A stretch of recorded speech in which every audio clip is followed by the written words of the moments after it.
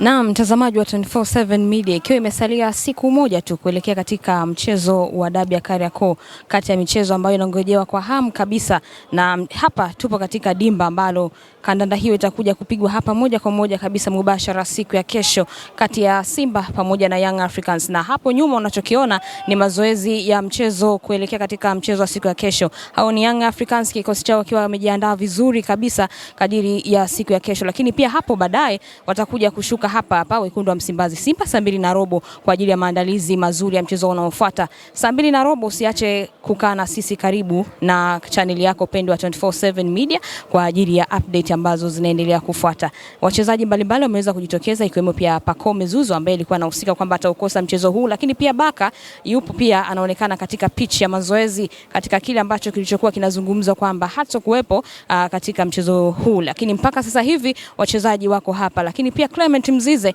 ataukosa mchezo huu kutokana na majeraha ambayo ameweza kuyapata katika mchezo wake uliopita huko baada ya kujitonesha kidonda chake, lakini baadhi ya wachezaji wapo hapo kwa ajili ya kwenda kuhakikisha kila kitu kinakwenda sawa. Hii ni dimba la Amani na kesho tunaingojea kwa hamu kabisa siku ya mchezo wenyewe husika. Watu wana hamu kwenda kutizama mchezo huu, Simba akiwa amefungwa mara 6 mfululizo katika dabi zote ambazo ameweza kukutana na Young Africans. Sasa kitendawili ni je, kesho atakwenda kuruhusu kupigwa katika mchezo wa 7 kwa mara nyingine ya 7, ama atakwenda naye kwenda kuvimba ili kuhakikisha anarudisha heshima yake kama wekundu wa Msimbazi Simba. Hii ni 24/7 Media. Hakikisha una subscribe YouTube channel yetu, una comment pamoja una like, lakini pia usisahau kushare. Bonyeza maandishi yanayoandikwa subscribe na turn on notification ili uweze kuwa kwanza kupata habari zetu. Nikukumbushe tu baadaye hapo tutakwenda kupitisha katika mazoezi ya wekundu wa Msimbazi Simba.